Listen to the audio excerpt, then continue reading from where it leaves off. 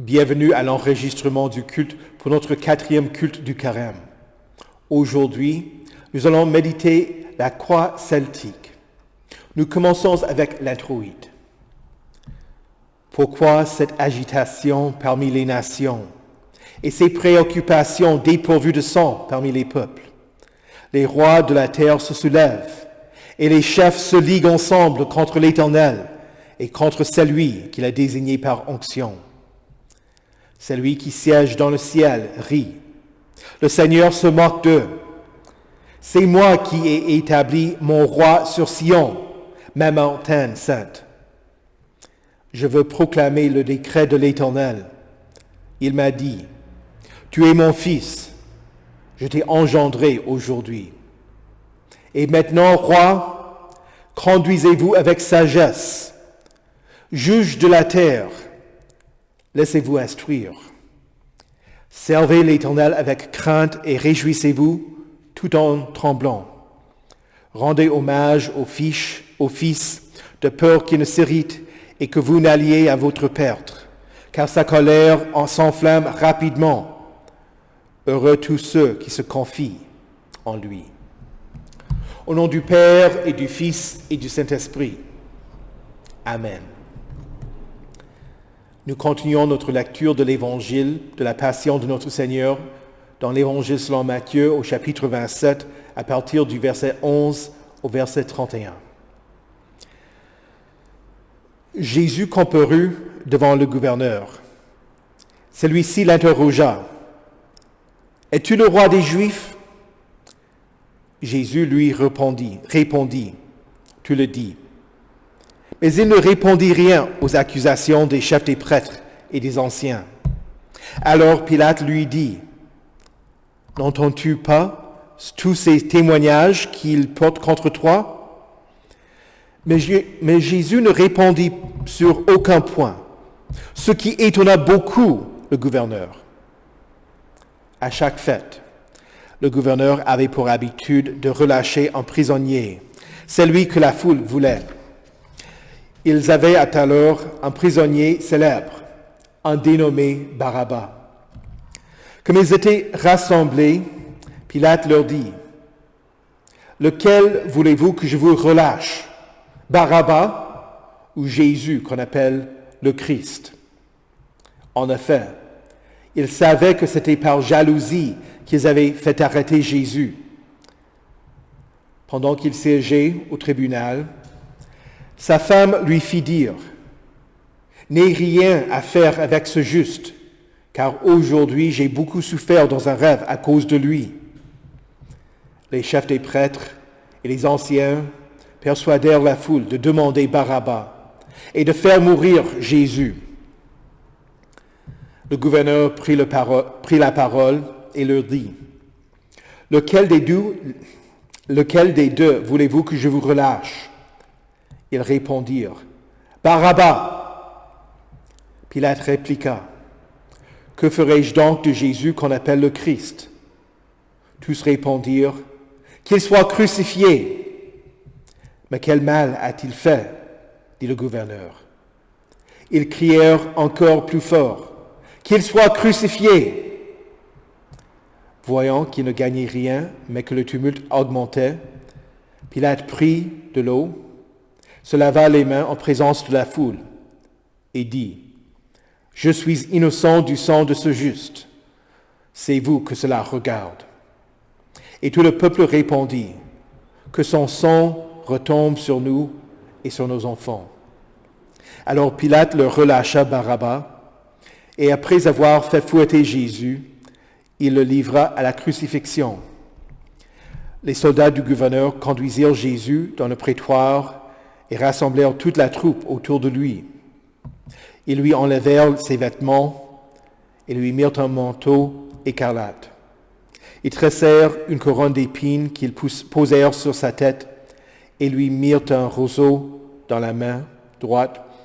Puis, s'agenouillant devant lui, ils se moquaient de lui en disant, « Salut, roi des Juifs !»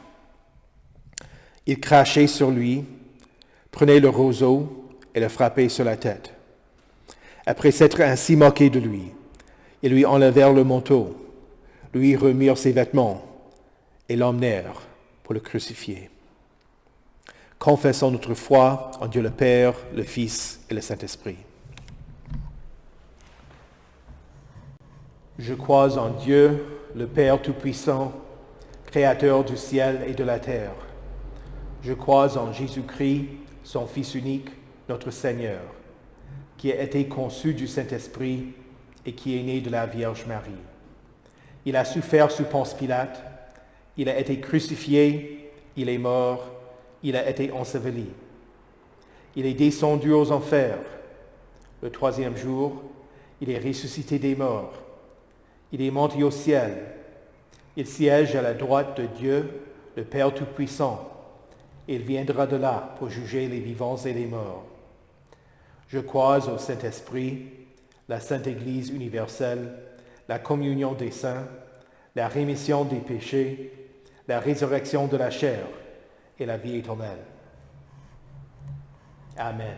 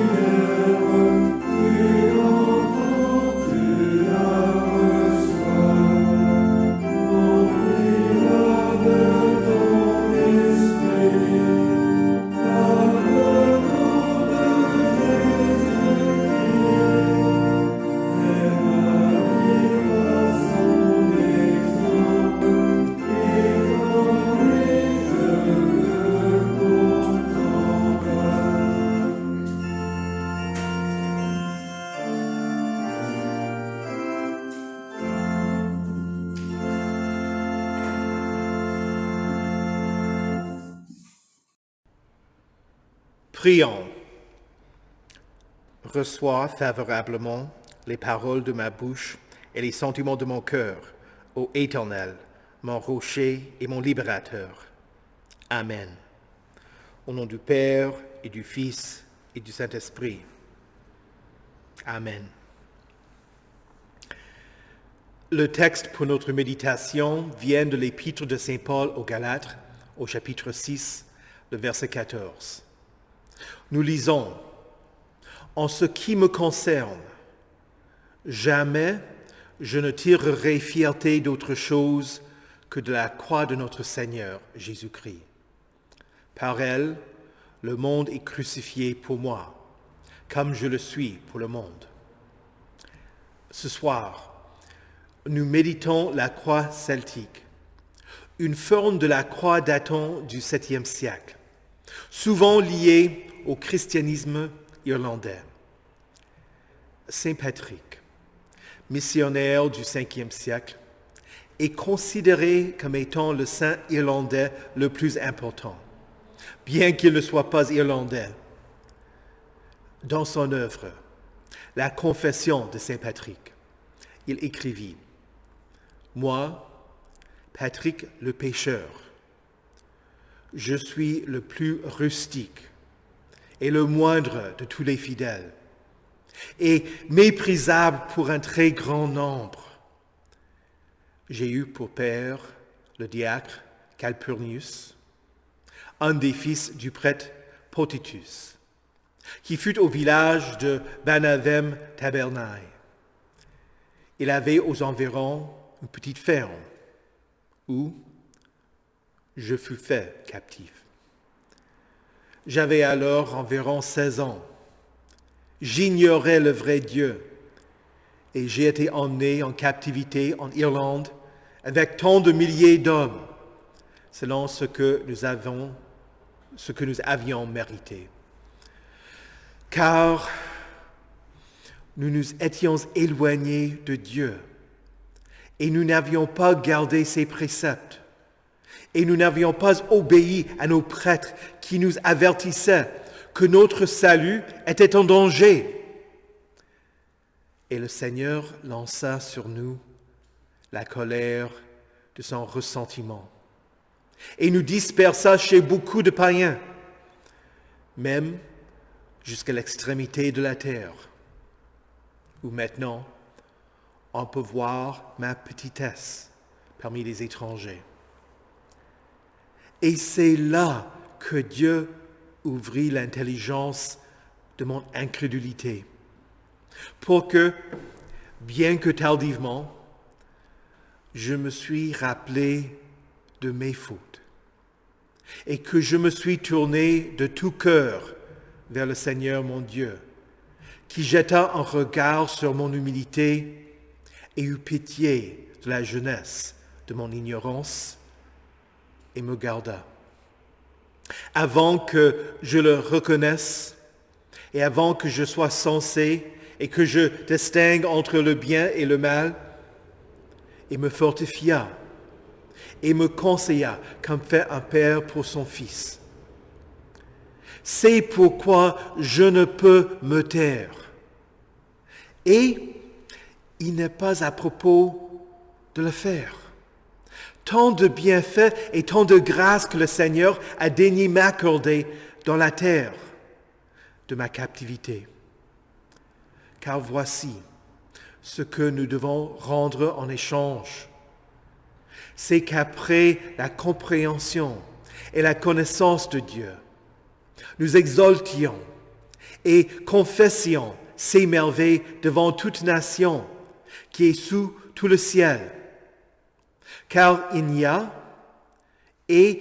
jamais eu auparavant, et il n'y aura après cela pas d'autre Dieu que Dieu le Père non engendré, sans commencement, de qui vient tout commencement, qui tient tout comme nous l'avons dit, et son Fils Jésus-Christ, que nous attestons avoir existé toujours avec le Père, avant l'origine des temps, spirituellement chez le Père, engendré de manière ineffable, avant tout commencement. Et par lui ont été faites les choses visibles et les choses invisibles. Il s'est fait homme, et après avoir vaincu la mort, il a été reçu dans le ciel vers son Père. Et il lui a donné tout pouvoir sur tout nom de choses célestes, terrestres et infernales. Et que toute langue lui confesse que le Seigneur est le Dieu c'est Jésus-Christ en qui nous croyons. Et nous attendons son arrivée, qui se produira bientôt, comme juge des vivants et des morts, qui rendra à chacun selon ses œuvres. Il a versé en abondance en nous le Saint-Esprit, don et gage d'immortalité, qui fait que les croyants et les obéissants soient enfants de Dieu et co-héritiers du Christ, que nous confessons et adorons comme un seul Dieu dans la Trinité au nom sacré. Vous venez d'entendre une partie de la confession de foi de Saint Patrick, les 4 premiers paragraphes d'une 60aine. Et vous pouvez tirer d'elle un aperçu de son amour et de son désir fervent pour le salut de ceux qu'il avait maltraités. Il étudia et devint prêtre et évêque, ayant appris la langue irlandaise dans sa jeunesse, et ayant de la compassion pour les païens irlandais, il reçut le droit d'y retourner afin d'établir un monastère. C'est ainsi que cette forme du christianisme faisait de la mission en établissant des communautés de fidèles parmi les non-chrétiens. Ils s'intégrèrent dans la société et ils invitèrent les prochains à se joindre à eux. La croix celtique devint le symbole de cette forme de christianisme après la vie de Saint Patrick. Mais sa façon d'évangéliser en établissant des communautés monastiques fait que ces croix celtiques ne se trouvent pas seulement en Irlande, mais elles se trouvent en France, dans certaines régions de la France, en Allemagne, en Écosse et en Angleterre. Beaucoup de ces croix qui avaient été érigées en Angleterre furent détruites ou endommagées par les chrétiens réformés à l'époque du conflit iconoclaste. Ils rejetaient les images. Mais ces croix, ou des morceaux de ces croix, la croix celtique ornée à l'intérieur avec des motifs entrelacs, ou des scènes figuratives des événements bibliques, elle confesse la foi. En particulier, ce qui distingue cette croix, c'est le fait qu'elle comporte un anneau. La majorité dit que cet anneau représente le soleil, un symbole que les païens irlandais avaient adopté. Selon la majorité, les chrétiens catholiques irlandais utilisèrent cette image en contre-distinction. Vous louez le soleil, nous louons la source de la lumière. Jésus est la lumière du monde, car notre Seigneur dit, « Celui qui me suit ne marchera pas dans les ténèbres, mais il aura au contraire la lumière de la vie. » Et, pendant que je suis dans le monde, je suis la lumière du monde. D'autres pensent que l'anneau de la croix doit nous rappeler de la promesse de la vie éternelle. Sans début, sans fin. Nous avons une vie qui n'aura pas de fin grâce à la croix de Jésus. Chers chrétiens, il n'est pas nécessaire d'établir des communautés monastiques, mais nous vivons en communauté avec des frères et sœurs en Christ. Nous sommes appelés à nous soutenir et à œuvrer pour Christ, pour faire connaître la bonne nouvelle du salut. Saint Paul écrit, « En effet, vous avez connu la mort et votre vie est cachée avec Christ en Dieu. » La vie entière du chrétien et de l'Église est marquée par la croix. Nous voyons ce monde à travers la croix, sachant que Christ est mort pour le racheter. Nous voyons d'autres chrétiens comme des gens rachetés par Jésus à travers la croix. Et nous voyons nous-mêmes à travers la croix, sachant que nous sommes crucifiés avec Christ. Jésus ne se défendit pas devant Pilate, mais il accepta la charge de son Père, devenir le sacrifice pour le péché. La foule cria qu'il soit crucifié. Et grâce à Jésus, il a été. Et vous l'êtes aussi, crucifié avec Christ. Votre espérance ne vient pas de vous, mais de Jésus qui est mort sur la croix. Il est la lumière du monde. Il est votre lumière. Il vous conduit, mais aussi, à travers vous, il illumine vos proches et vos prochains. Vous avez une nouvelle vie. Ce n'est pas à vous d'être indifférent face à l'injustice, comme l'a été Pilate. Ce n'est pas à vous de laver les mains et de dire « Je suis innocent ». Non. Pilate n'a pas fait ce qu'il aurait dû faire.